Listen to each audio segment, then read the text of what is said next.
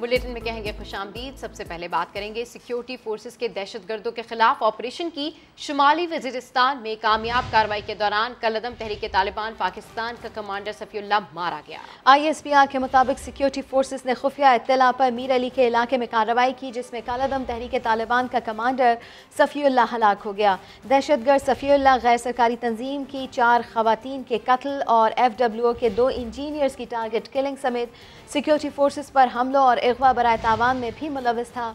Operation के दौरान भारी मिकदार में असलहा और गोला बारूद भी बरामद हुआ है। अफगान तालिबान के तर्जुमान ज़बीउल्लाह मुजाहिद कहते हैं, नए हुकूमती निज़ाम में भगोड़ों के लिए कोई जगह नहीं, वो करप्ट है, तालिबान की साख खराब कर देंगे। उन्होंने जर्मन जरीदे को इंटरव्यू में कहा, हालात मामूल पर आ जाएं, माहौल महफूज हो जाए, फिर तालिबान तदरीस का सिलसिला शुरू कर सकती हैं। झूठ पर जुर्रत कोई अर्नब गोस्वामी से सीखे। काबुल के सरीना होटल में 5वें फ्लोर पर पाकिस्तानी आर्मी ऑफिसर्स ढूंढ निकाले, जबकि इस होटल के 2 फ्लोर्स हैं। फिर साबित हो गया कि इंडियन मीडिया सिर्फ हवा में बातें करता है। भारतीय मीडिया के सूरमा अर्नब गोस्वामी ने फिर गिटपिट करते हुए झूठ बोल दिया, और सिर्फ इतना ही नहीं, झूठ पर जुर्रत भी दिखाई। इतनी रवां अंग्रेजी में शायद ही कोई दूसरा एंकर झूठ बोलता हो। सरीना होटल काबुल का कोई 5वां फ्लोर है ही नहीं, इसकी तो सिर्फ 2 ही मंजिलें हैं। यानी भारतीय मीडिया हमेशा की तरह फिर हवा में बातें करता पकड़ा गया। न्यूजीलैंड ने एक तरफा तौर पर दौरा मंसूख करके गलत मिसाल कायम की। उम्मीद है इंग्लैंड की टीम पाकिस्तान आएगी। Chief executive PCB Wasim Khan कहते हैं, पाकिस्तान ने होम सीरीज न्यूट्रल ग्राउंड पर ना खेलने का फैसला किया है। न्यूजीलैंड क्रिकेट बोर्ड के चीफ एग्जीक्यूटिव डेविड वाइट का कहना है कि सीरीज मंसूखी का इतना ही दुख है जितना पाकिस्तान को है। उम्मीद है मुस्तकबिल में ये मैचेस रीशेड्यूल होंगे। इंग्लैंड की टीम पाकिस्तान आएगी या नहीं, PCB को जवाब का इंतजार है। सिक्योरिटी का बहाना बनाकर पाकिस्तान का दौरा अधूरा छोड़ने के बाद कीवी बोर्ड के पाकिस्तान को दिलासे, सीरीज को रीशेड्यूल करने की उम्मीद दिला दी। कीवी मीडिया के मुताबिक चीफ एग्जीक्यूटिव डेविड वाइट का कहना है कि PCB के साथ अच्छे ताल्लुकात हैं, कोशिश करेंगे पाकिस्तान के साथ करीबी ताल्लुकात को बरकरार रखें। उम्मीद है मुस्तकबिल में ये मैचेस रीशेड्यूल जरूर होंगे। डेविड वाइट ने मजीद कहा कि पाकिस्तानी क्रिकेट से मोहब्बत करने वाले लोग हैं। सीरीज मंसूख होने का हमें भी उतना ही दुख है जितना पाकिस्तानियों को है। दूसरी जानिब पाकिस्तान क्रिकेट बोर्ड 2 मैचेस की सीरीज के लिए इंग्लिश क्रिकेट बोर्ड के जवाब का मुंतजिर है। इंग्लैंड ने सीरीज से मुताल्लिक 48 घंटे में फैसला करने का कहा था। क्या हुआ तेरा वादा, माजरा जानिए कुछ देर बाद। साबिक fast bowler Umar Gul Pakistan cricket board के रवैये से नाखुश हैं। एक ट्वीट में उन्होंने PCB पर कड़ी तनकीद की है। ऐसा क्यों है, ये जानते हैं कादिर ख्वाजा से। जी कादिर ख्वाजा, अपडेट कीजिए, क्या कहना था उनका मजीद अपनी ट्वीट में। बिल्कुल, साबिक fast bowler Umar Gul Pakistan cricket board के रवैये से नाखुश हैं और उमर गुल का ये कहना था कि PCB की जानिब से मुझे कोई रिस्पांस नहीं मिला और उन्होंने बलूचिस्तान की जो है वो कोचिंग के लिए अप्लाई किया था, लेकिन उनकी कोचिंग के लिए जो एप्लीकेशन थी वो रिजेक्ट कर दी गई और राज हंस जो है उनको अप्लाई हायर कर लिया गया। उसके बाद उमर गुल का ये मजीद कहना था कि ऑर्गेनाइजेशन की जानिब से ये मुकम्मल तौर पर गैर अखलाकी है। मुझे इल्म नहीं था कि कभी यहाँ चीज़ें तब्दील होंगी और बलूचिस्तान टीम के साथ वापस आने के लिए 1 हफ्ते तक इंतजार किया और बलूचिस्तान टीम के लिए अपनी दीगर कमिटमेंट मनसूख की, जबकि PCB में प्रोफेशनलिज्म का फुकदान है जिसने दिल जो है उनका तोड़ा। और ब्रैडबर्न ने मुझे यकीन दिलाया था कि मेरा नाम बलूचिस्तान टीम के असिस्टेंट कोच के लिए किया गया, लेकिन तमाम तरीकाकार मुकम्मल करने के बाद भी मेरी जो है वो chairman Pakistan cricket board Ramiz Raja को मुखातब करके उन्होंने पैगाम दिया कि उन्होंने रिजेक्ट कर दी और कोई इत्तला नहीं दी गई और पता चला कि राज हंस को तरजीह दी गई है, जबकि Umar Gul PCB cricket committee के भी रुकन है और क्रिकेट कमेटी में क्रिकेटर्स के नुमाइंदान की नुमाइंदगी करते हैं। ठीक है, अपडेट करने के लिए शुक्रिया कादिर ख्वाजा। सदर मुमलिकत डॉक्टर आरिफ अलवी की इलेक्ट्रॉनिक वोटिंग मशीन के इस्तेमाल की हिमायत, कहते हैं EVM से वोटर के एतमाद में इजाफा और शिकायत में कमी होगी।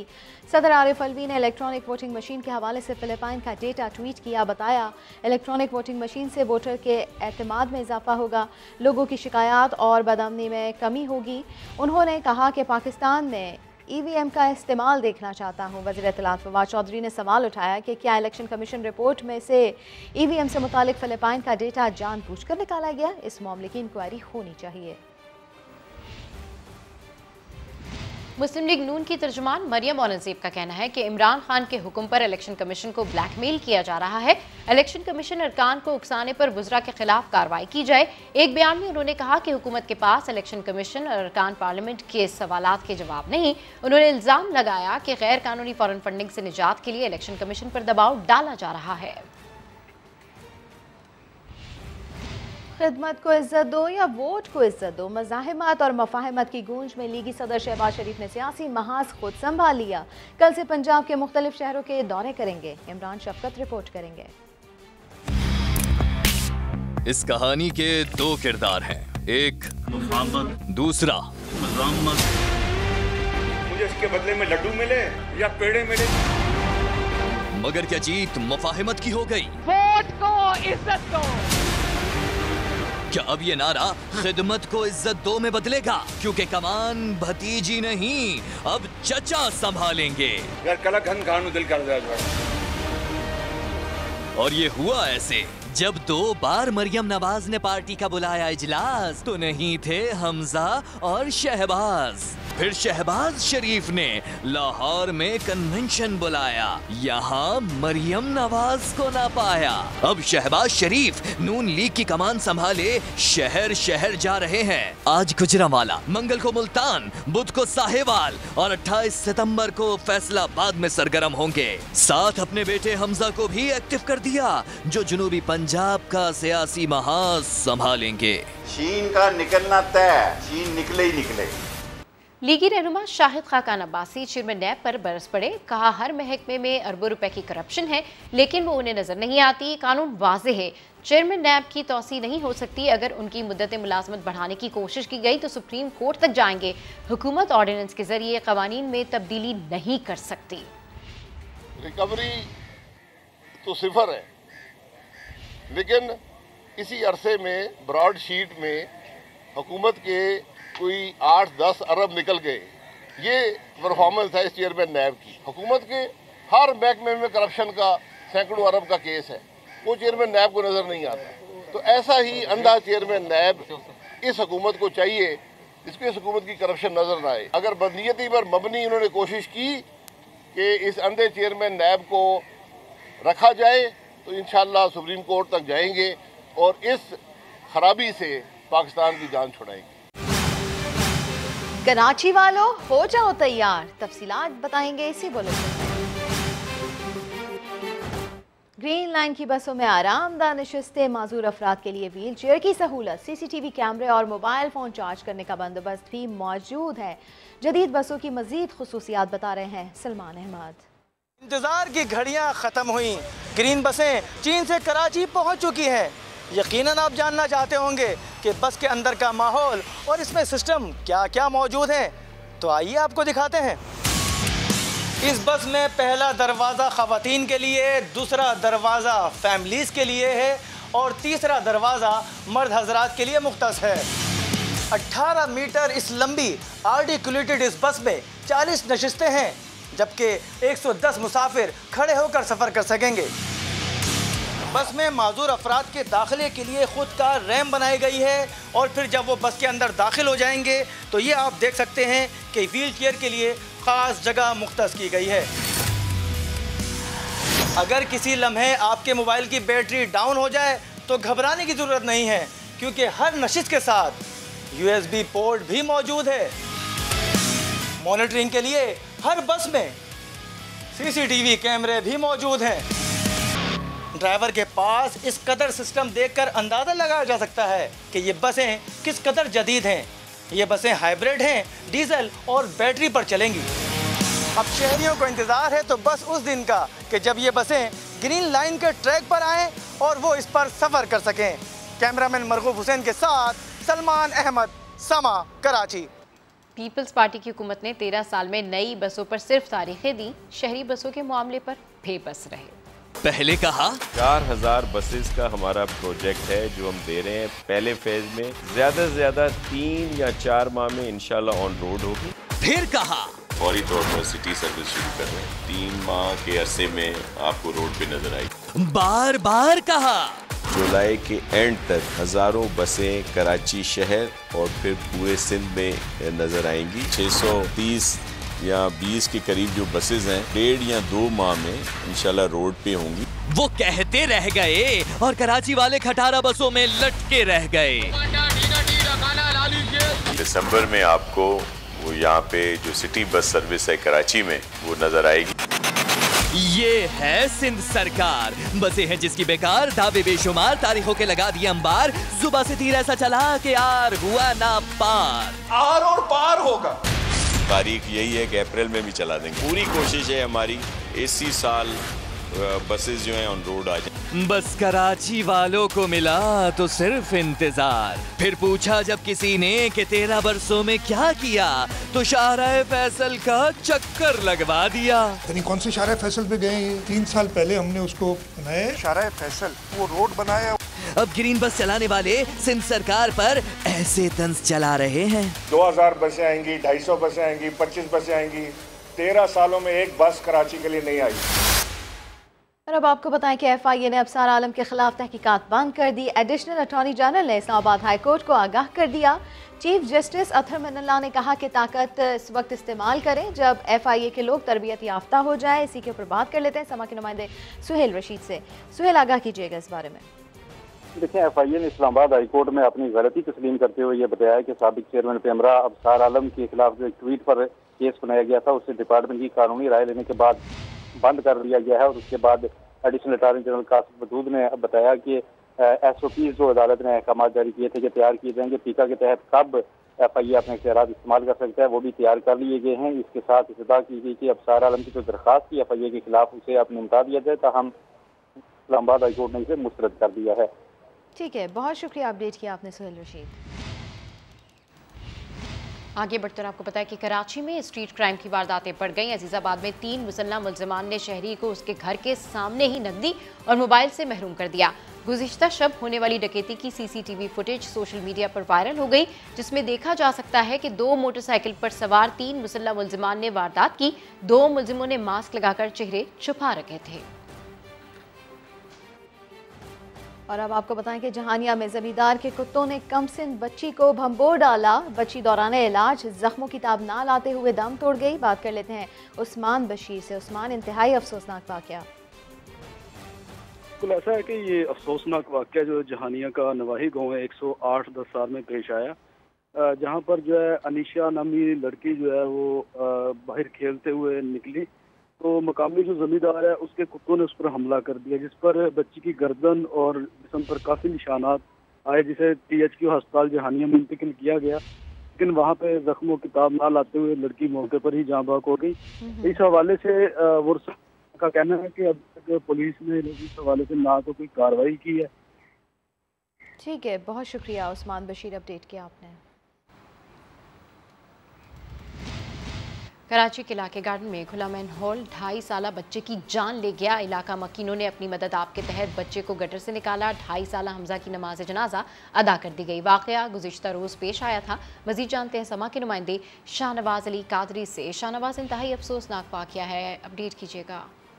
बिल्कुल, बहुत ही अफसोसनाक वाकया है जो गुज़िश्ता रोज़ पेश आया था, जब गार्डन वेस्ट का जो एरिया है वहाँ पर एक मेन होल का जो है ढक्कन मौजूद नहीं था, जिसमें 2.5 साला बच्चा है जिसका नाम हमजा बताया जाता है, वो गिरकर जहाँ बाग हो गया है। तो अहले खाना कहते हैं कि जो कवाली की और एक महफिल यहाँ पे सजाई गई थी, मज़ार के पास उनका घर था जहाँ पर ये मस्जिद जो महफिल चल रही थी। उसके बाद बच्चा खेलता हुआ जो है इस गटर के करीब आया है। उसके पास एक बैट था और एक बॉल थी। बॉल जो है गटर के अंदर चली गई थी। उसको बॉल को लेने की कोशिश के दौरान जो है बच्चा गटर के अंदर गिरा है। वाकया जब 11:30 बजे के करीब पेश आया था, लेकिन बच्चे की तलाश की जा रही थी। गटर के पास जो है बैट जब नजर आया तो मेन होल के अंदर जाके देखा गया तो बच्चे की लाश मिली। जो अहले खाना कहते हैं कि लाश इस तरह निकाल कर जो है तस्कीन आज कर दी गई है और अहले खाना कहते हैं कि जो इंतजामिया है उसके खिलाफ हम कार्रवाई करवाएंगे। ठीक है, अहले खाना का कहना है कि इंतजामिया के खिलाफ कार्रवाई कराएंगे। अपडेट करने के लिए शुक्रिया। रावलपिंडी के इलाके नौगजे में रेलवे पुलिस का तजावुज़ात के खिलाफ ऑपरेशन। ऐसे में अहले इलाका की जानिब से शदीद मज़ाहमत का सामना करना पड़ा। कई जवान गोली और पत्थर लगने से जख्मी हो गए। लोगों को मुंतशिर करने के लिए पुलिस ने आंसू गैस का इस्तेमाल भी किया। बात कर लेते हैं उमर आसिफ से। उमर, बताइएगा इस वक्त क्या सूरत हाल है वहाँ पर? जी बिल्कुल, देखें ये रेलवे पुलिस की जानिब से 9 गज़े के इलाके में फाटक के ऊपर से तजावुज़ात का मामला था, जिस पर ऑपरेशन किया गया। ऑपरेशन के दरमियान अहले इलाका की जानिब से उन्हें रेलवे पुलिस के शदीद मुज़ाहमत का सामना करना पड़ा। रेलवे पुलिस का ये भी मौक़िफ़ सामने आया कि अहले इलाका की जानिब से फायरिंग भी की गई, जिससे उनके एक जवान के पैर में गोली भी लगी, जिसको अस्पताल मुंतकिल कर दिया गया। दीगर को जो पत्थर से जख्मी हुए जो मजमा था उसको मुंतशिर करने के लिए रेलवे पुलिस की जानिब से आंसू गैस का भी इस्तेमाल किया गया। अभी जो है ऑपरेशन जो है रोक दिया गया है फिलवक्त। जी बहुत शुक्रिया उमर बिन आसिफ आपका। खबरों में आगे देखिए मसाइल के अंबार। उमर शरीफ की तबीयत पहले से बेहतर हो रही है। एयर एम्बुलेंस का प्रोसेस शुरू हो गया है। आइंदा 2 से 3 रोज में रवानगी का शेड्यूल आ जाएगा। बेटे जवाद उमर ने प्रोग्राम नया दिन में गुफ्तगू करते हुए बताया कि वाशिंगटन में डॉक्टर तारिक शहाब और उनकी टीम तैयार है। उन्होंने कौम से दुआओं की अपील भी की। उनकी तबीयत अल्हम्दुलिल्लाह बेहतर है, स्टेबल है, अल्लाह का शुक्र है। और जो प्रोसेस है एयर एम्बुलेंस का वो स्टार्ट हो चुका है। तो I think in the next 2 to 3 days वो हमें स्केड्यूल जारी कर देंगे अपना, जिसमें वो हमें बताएंगे कि कब वो यहाँ लैंड कर रहे हैं कराची और हम कब फ्लाई कर रहे हैं। डॉक्टर तारिक शहाब साहब की टीम पूरी रेडी है वहाँ पर और उनका जो है सारी चीज़ें ऑलमोस्ट कंप्लीट हैं। बस वो वेट कर रहे हैं क्योंकि एयर एम्बुलेंस के एक पूरा प्रोसेस होता है अपना, और वो जितना टाइम उनको लगता है वो उतना लगता ही है। उसमें वो पूरे अपनी चीज़ें पूरी करते हैं। फिर और सबसे पहले उसका जो स्टेप होता है वो वीज़ा होता है। तो वीज़ा हमें मिल चुका है। उसके बाद उनको हमने अप्रोच कर दिया है। कराची वालों तैयार हो जाओ, बादल गरजेंगे भी और बरसेंगे भी। महकमे मौसमियात ने शहर कायद समेत सिंध भर में बारिशों का अलर्ट जारी कर दिया। 23 से 25 सितंबर के दौरान तेज हवाओं के साथ गरज चमक के साथ बारिश का इम्कान है। और सिलसिला है मानसून हवाओं का वो 22 सितंबर से सिंध में दाखिल होगा। कराची में अलबत्ता 23 की आफ्टरनून से इम्कान है तो मॉडरेट बारिश होगी, लेकिन किसी किसी जगह पे नॉर्थ ईस्टर्न साइड पे, ईस्टर्न साइड पे कराची की, और किसी वक्त एट टाइम्स तेज स्पेल भी हो सकता है मानसून की, जो इसे हम स्पेल इस कस्टमर का तीसरा स्पेल कहेंगे और ओवरऑल 5वां स्पेल होगा। रहीम यार खान के इलाके रुकनपुर में पानी की सतह बुलंद होने से 2 नहरों में शिगाफ पड़ गया, जिससे पानी करीबी खेतों और बागात ज़ेरे आब आ गए। समा की खबर पर वज़ीर आला पंजाब ने नोटिस लेते हुए सेक्रेटरी आबपाशी और कमिश्नर भावलपुर से रिपोर्ट तलब कर ली है। पानी की सतह बुलंद होने से दरियाए सिंध से आने वाली डालिस ब्रांच नहर में 30 फुट और रुकनपुर में 50 फुट चौड़ा शिगाफ पड़ गया। पानी करीबी खेतों और बागात में दाखिल होने से मुतादिद फसलें तबाह हो गईं, जबकि करीबी आबादियां मुतासर होने का खदशा जाहिर किया जा रहा है। समा की खबर पर वज़ीर आला ने नोटिस लेते हुए सेक्रेटरी आबपाशी और कमिश्नर भावलपुर से रिपोर्ट तलब कर ली है, जिसके बाद महकमा एनहार, रेस्क्यू और पुलिस ने इमदादी सरगर्मियां शुरू कर दी हैं। कराची के इलाके औरंगी टाउन में हर तरफ बल्दियाती मसाइल के अंबार लगे। मरकजी सड़क पर कचरे और गंदगी के ढेर है। इस इलाके के रिहायशी मोहम्मद इमरान का कहना है कि बदबू के सबब जीना मुहाल हो गया है। शिकायत के बावजूद यहाँ मसाइल को हल करने के लिए कोई इकदाम नहीं हो रहा।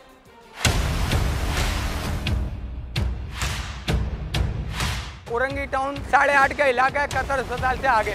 मुराद अली शाह से मेरी अपील है, बराए मेहरबानी ये कचरे खाने पर ध्यान दें। ये रोड बिल्कुल बंद पड़ा हुआ है, यहाँ पर नमाजियों को परेशानी हो रही है, स्कूल वालों को परेशानी हो रही है, शॉप वालों को परेशानी, रिहाइश इलाकों में इतनी बदबू आ रही है। एक हफ्ता कचरा उठाने वाला कोई भी नहीं है। लोग आते हैं यहाँ के, तस्वीरें बनाते हैं, विजिट करते हैं, बस चले जाते हैं। रोड बंद में हुआ हुआ ये वाला, यहाँ पर एक्सीडेंट हादसा हो रहे हैं।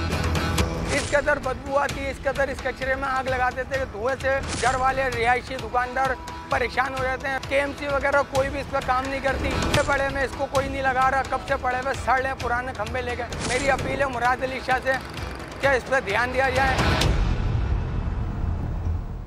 निजी इदारे ने कराची के साहिल पर क्लीन बीच मुहिम का एहतमाम किया है। मुहिम का मकसद साहिल को कचरे से पाक करना और आबी हयात की हिफाजत करना था। इस हवाले से रिपोर्ट कर रहे हैं ज़ीशान मुगल। सीव्यू पर मौजूद कचरा सफाई मुहिम का मकसद साहिल को खूबसूरत और आबी हयात को कचरे से पाक करना था। इस मुहिम में तलबा, समाजी शख्सियात समेत शहरियों की बड़ी तादाद ने शिरकत की। प्लास्टिक डंप किए जा रहे हैं ओशन में, जिससे जो है मरीन लाइफ भी इफ़ेक्ट हो रही है। फिर इवेंचुअली हमारे जो है हम भी वो खुद कंज्यूम कर रहे होते हैं, तो इवेंचुअली पूरा सर्कल बन के हमें ही हैज़र्ड पहुंचा रहा होता है। That's the beauty of Karachi and वो भी लोग ख़राब कर रहे हैं, तो पीपल शुड गेट एजुकेटेड कि इसको खराब नहीं करें। मुहिम में हिस्सा लेने वालों ने शिकवा किया कि साहिल पर आने वाले शहरी खाने पीने की अशिया और कचरा वहीं छोड़ जाते हैं, जिसकी वजह से साहिल समंदर गंदगी का मंजर पेश करता है। जो लोग आते हैं वो या तो कचरा ना करें, या अगर कोई पिकनिक मनाना है तो अपना सारा कचरा साथ लेकर जाएं, ताकि उनकी भी रिस्पॉन्सिबिलिटी है, हम अवाम की हमारी जिम्मेदारी है कि हम लोग कचरा ना करें। मुहज़्ज़िब माशरों में साहिली इलाकों की सफाई पर खुसूसी तवज्जो देकर न सिर्फ समंदरी मखलूक को तहफ़्फ़ुज़ फराहम किया जाता है, बल्कि इससे सियाहत को भी फ़रोग़ मिलता है। न्यूजीलैंड क्रिकेट टीम के कप्तान केन विलियमसन ने दौरा पाकिस्तान मनसूखी को शर्मनाक करार दिया। कहा, ज़्यादा तफसीलात तो नहीं पता, लेकिन ये सब अचानक हुआ। बात कर लेते हैं उज़ैफ़ा खान से। उज़ैफ़ा, क्या कहना था कीवी कप्तान का मज़ीद? जी देखें, कीवी कप्तान केन विलियमसन ने भी इस हादसे को, इस वाक़े को शर्मनाक करार दिया गया और उन्होंने यही कहा है कि पाकिस्तान क्रिकेट के लिए एक महफूज मुल्क है, खुसूसी जगह है जहाँ पे क्रिकेट से बेपनाह मोहब्बत की जाती है और पाकिस्तान ने बहुत सी कुर्बानियाँ दी हैं, बहुत एफर्ट लगाई हैं इस मकाम तक पहुँचने के लिए। तो इस तमाम हादसे का होना शर्मनाक है और उन्होंने इस बात का भी इज़हार किया कि वो उम्मीद करते हैं कि जो इंटरनेशनल क्रिकेट की रिवाइवल का सिलसिला ये रुकेगा नहीं और पाकिस्तान में मजीद भी इंटरनेशनल टीमें जो है वो दौरा करेंगी। इसके साथ उनका ये भी कहना था कि खिलाड़ियों का इसमें ज़ाती तौर पर कोई कसूर नहीं है, उनकी हुकूमत ने इसका फैसला किया जिसके बाद न्यूजीलैंड की टीम वापस गई, लेकिन उनका इसरार था कि वो चाहते हैं कि पाकिस्तान में इंटरनेशनल क्रिकेट जो है वो जारी और साहिर रहे। जी बहुत शुक्रिया उज़ैफ़ा खान आपका। मुल्क में कोरोना वायरस से अमवात और नए मरीजों की तादाद में नुमाया कमी आने लगी। 24 घंटे में 40 मरीज जान से गए, 2167 नए केसेस रिपोर्ट हुए, जिसके बाद शरह 5% से भी कम हो गई है। National command and operation centre के मुताबिक गुज़िश्ता रोज़ कोरोना के बायस खैबर पख्तूनख्वा में 17, सिंध में 12 और पंजाब में 11 मरीज दम तोड़ गए। मुल्क में मजमूई अमवात की तादाद 27,246 हो गई, जबकि 51,000 से ज़ायद अफराद का कोरोना टेस्ट किया गया, जिनमें से 2,167 की रिपोर्ट मुस्बत आई। इस वक्त मुख्तलिफ अस्पतालों में 5,065 कोरोना मरीज ज़ेर इलाज हैं। सिंध हाई कोर्ट में NICVD करप्शन केस की समाअत। अदालत ने एग्जीक्यूटिव डायरेक्टर नदीम कमर की सख्त सरजनिश की रिमार्क्स दिए कि आप अपना बजट देखें और सिविल अस्पताल का देखें। इस्तफसार किया कि क्या आपको कभी कोई 1 अरब या 50 करोड़ रुपए इमदाद देने आया है? आपको मालूम है डॉक्टर अदीब रिजवी को लोग कितना फंड देते हैं? लोगों को पता हो कि ईमानदारी और मेहनत से काम हो रहा है तो लोग फंड्स भी देते हैं। इरफानुल हक की रिपोर्ट। सिंध हाई कोर्ट में अरबों रुपए की मुबैना करप्शन केस की समाअत के दौरान जस्टिस सलाहुद्दीन पंवर ने सवाल किया कि सरकारी अस्पताल में प्राइवेट प्रैक्टिस की इजाजत कैसे दी गई, दूसरे सरकारी अस्पतालों में प्राइवेट प्रैक्टिस की इजाजत क्यों नहीं है, जिस पर एग्जीक्यूटिव डायरेक्टर नदीम कमर के वकील ने कहा इसका मकसद अस्पताल को मिसाली बनाना है, जिस पर अदालत ने कहा तो दूसरे अस्पतालों का क्या कसूर है, उन्हें मिसाली क्यों नहीं बनाते। डॉक्टर्स की तनख्वाहों से मुतालिक अदालत के सवाल पर नदीम कमर ने बताया कि असिस्टेंट प्रोफेसर और प्रोफेसर की तनख्वाहें 5 से 8 लाख के दरमियान हैं। अदालत के पूछने पर नदीम कमर ने यह भी एतराफ़ किया कि वो खुद भी प्राइवेट प्रैक्टिस करते हैं और उनकी तनख्वाह प्रोफेसर की तनख्वाह के बराबर है, जिस पर दरख्वास्त गुजार के वकील ने बताया कि नदीम कमर मराद के साथ माहाना 60 लाख रुपए NICVD से बटोर रहे हैं, जिस पर अदालत ने कहा कि इतनी रकम में तो अलग इदारे बना सकते हैं, प्राइवेट प्रैक्टिस की इजाजत क्यों है, जिस पर नदीम कमर के वकील रजा रब्बानी ने कहा कि जमीनी हकाइक का भी जायजा लेना चाहिए। जस्टिस सलाहुद्दीन ने रजा रब्बानी से ही सवाल कर डाला, कहा क्या इंडस अस्पताल जमीनी हकीकत नहीं है, कहाँ इंडस अस्पताल और कहाँ सिविल अस्पताल। दरख्वास्त गुजार के वकील ने कहा सिर्फ 5 साल में सिंध हुकूमत ने NICVD को 40 अरब रुपए दिए हैं, जिस पर अदालत ने कहा सिविल अस्पताल का बजट देखें और अपना देखें। अगर आपने 5 स्टार अस्पताल बनाया है तो हमें नहीं चाहिए। ऐसा तो नहीं कि कुछ लोगों को सहूलियात देने के लिए सारा इंतजाम किया गया हो। बताएं डिस्ट्रिक्ट अस्पतालों का क्या बजट है और NICVD का बजट क्या है। आपको कभी कोई 1 अरब या 50 करोड़ इमदाद देने आया है? आपको मालूम है डॉक्टर अदीब रिजवी को लोग कितना फंड देते हैं? लोगों को पता हो कि ईमानदारी और मेहनत से काम हो रहा है तो लोग फंड्स भी देते हैं। डॉक्टर साहब, करप्शन के संगीन इल्जामात लगाए जा रहे हैं आपके ऊपर, आपकी मैनेजमेंट पर। नहीं, बिल्कुल नहीं लगाया। कोई जज साहब ने बहुत तारीफ की है NICVD की, मैं इससे बहुत खुश हूँ, उन्होंने बहुत तारीफ की हमारे काम की। अदालत ने समाअत 14 अक्टूबर तक मुलतवी करते हुए गवर्निंग बॉडी NICVD के मामलात का असर-ए-नौ जायजा लेने का हुक्म दे दिया है। अदालती हुक्म में NICVD और दीगर अस्पतालों का बजट मवाजने के साथ पेश करने के साथ सेक्रेटरी खजाना को भी खुद 14 अक्टूबर को पेश होने का हुक्म दिया है। इरफानुल हक, समाअत, कराची। कोरोना वायरस की वैक्सीन स्कूल्स में भी लगना शुरू हो गई हैं। फैसलाबाद जिला के 40 स्कूल्स में वैक्सीनेशन जारी है। 15 साल से ज़ायद उनके बच्चों को बेफॉर्म देखकर ये वैक्सीन लगाई जा रही हैं। मज़ीद जान लेते हैं अब्दुल अहद से। अब्दुल अहद, अपडेट कीजिए, महकमा तालीम का क्या कहना है, कितने बच्चों को ये वैक्सीन लगाई जा चुकी है? आज बिल्कुल कोरोना से बचाव के वैक्सीन का अमल अब सरकारी स्कूलों में तक पहुंच चुका है। 15 साल से ज़ायद उम्र के तमाम बच्चों को सरकारी स्कूलों के अंदर वैक्सीनेट किया जा रहा है। महकमा हेल्थ की टीम सरकारी स्कूलों के अंदर जाकर वहां पर बच्चों को वैक्सीन लगा रही हैं। अब तक जो डाटा सामने आ रहा है, तकरीबन 7000 से ज़ायद बच्चों को वैक्सीन लग चुकी है और ये अमल अभी जारी है। ज़िला के तकरीबन 40 स्कूलों के अंदर ये प्रोसेस जारी है। अगले मरहले के अंदर बाकी स्कूलों को सिलेक्ट किया जाएगा। हमारे साथ स्कूल प्रिंसिपल रॉय इकबाल साहब मौजूद हैं, हम इनसे बात कर लेते हैं। सर, ये बताइएगा, बच्चों को वैक्सीन लगाई जा रही है, आप क्या समझते हैं जो एक बार ब्रेक आ रहा था एजुकेशन का, वो ख़त्म हो जाएगा? इससे बार की छुट्टियाँ ख़त्म हो जाएंगी और एजुकेशन तालीम का जो तसलसल है वो शुरू होगा? तो ये जो बच्चे हैं, जब ये वैक्सीनेशन इनकी हो जाएगी तो उम्मीद ये है कि स्कूलों का माहौल जो है वो बहुत बेहतर होगा और ये बच्चे जो है महफूज हाथों में होंगे और कोरोना से बच जाएंगे और इंशाल्लाह जो है नेक्स्ट जो है वो हमें जो है लॉकडाउन की तरफ नहीं जाना पड़ेगा। जी बिल्कुल, सरकारी स्कूलों के अंदर वैक्सीन का अमल जो है वो तेज़ी से जारी है और 30 सितंबर की डेडलाइन भी दी गई है। तब तक जितने भी सरकारी स्कूल हैं ज़िला के, उन्हें मुकम्मल कर लिया जाएगा। तमाम तर वो बच्चे जिनकी उम्र 15 साल से या उससे ज़ायद है उन्हें वैक्सीनेट कर दिया जाएगा। जी अब्दुल अहद अपडेट कर रहे थे, मंजिल करीब है लेकिन कोशिश जारी रखना होगी। आज से मुल्क भर में इंसदाद पोलियो की 7 रोज़ा मुहिम शुरू हो गई। बच्चों को विटामिन ए की इजाफी खुराक भी दी जा रही है। तकरीबन 4 करोड़ बच्चों को पोलियो के कतरे पिलाए जाएंगे। पोलियो से पाक पाकिस्तान, मुल्क भर में इंसदाद पोलियो मुहिम का आगाज। 4 करोड़ से ज़ायद बच्चों को पोलियो के कतरे पिलाने का हदफ। टीमों को कोरोना SOPs पर अमल दरामद की हिदायत। पंजाब और बलूचिस्तान के अलावा सिंध में 7 रोज़ा मुहिम के दौरान 2,90,000 पोलियो वर्कर्स स्कूलों, अवामी मुकामात और घर घर जाकर बच्चों को पोलियो के कतरे पिला रहे हैं। बच्चों को विटामिन ए की इजाफी खुराक भी दी जा रही है। हैदराबाद, मियांवाली, सांगड़ और सक्खर में मुहिम का बाकायदा इफ्तिताह हुआ। डेरा गाजी खान में खाना बदोश बस्ती में बच्चों को पोलियो के कतरे पिलाकर मुहिम का आगाज हुआ। टीमों को जिले के दाखिली और खारजी मुकामात सील करके बच्चों को पोलियो के कतरे पिलाने का हुक्म दिया गया। पोलियो कतरे पिलाने से इंकारी वालिदैन को कायल करने के लिए उलमा कराम की खिदमात भी हासिल की गई हैं। तर्जुमान इंसदाद पोलियो प्रोग्राम कहते हैं, गुज़िश्ता 7 माह के दौरान पोलियो का कोई केस रिपोर्ट नहीं हुआ। इस वक्त दुनिया में सिर्फ पाकिस्तान और अफगानिस्तान में पोलियो बाकी रह गया है। FBR ने हाई स्पीड डीजल पर सेल्स टैक्स में कमी का नोटिफिकेशन जारी कर दिया। इस पर मजीद बात करते हैं समा के नुमाइंदे शकील अहमद से। जी शकील अहमद, अपडेट कीजिए, नोटिफिकेशन में क्या कहा गया है? देखें, इसका इतलाक 16 सितंबर से होगा क्योंकि 16 सितंबर से हुकूमत ने पेट्रोलियम मसनूआत की कीमतों में 5 रुपये 92 पैसे फी लीटर का इजाफा किया था और इसमें हाई स्पीड डीजल की कीमत में 5 रुपये 1 पैसे फी लीटर इजाफा हुआ था और 120 रुपये 4 पैसे कीमत मुकर्रर की गई थी। अब एक नोटिफिकेशन जारी किया गया है जिसके मुताबिक हाई स्पीड डीजल पर सेल्स टैक्स की शरह जो है वो 17% से कम करके 11.64% की गई है और सेल्स टैक्स की नई शरह का इतलाक 16 सितंबर से होगा और पेट्रोल पर 10.54% जो सेल्स टैक्स की शरह है वो पहले से जो बरकरार रहेगी और मट्टी के तेल पर 6.7% और लाइट डीजल पर 0.20% जो GST की शरह है वो बरकरार रहेगी। मजमूई कीमतों पर इस वक्त असर नहीं पड़ेगा इसका, लेकिन जो 16 सितंबर से प्राइसेस अनाउंस की गई हैं वही रहेंगी। जी ठीक है, अपडेट करने के लिए शुक्रिया।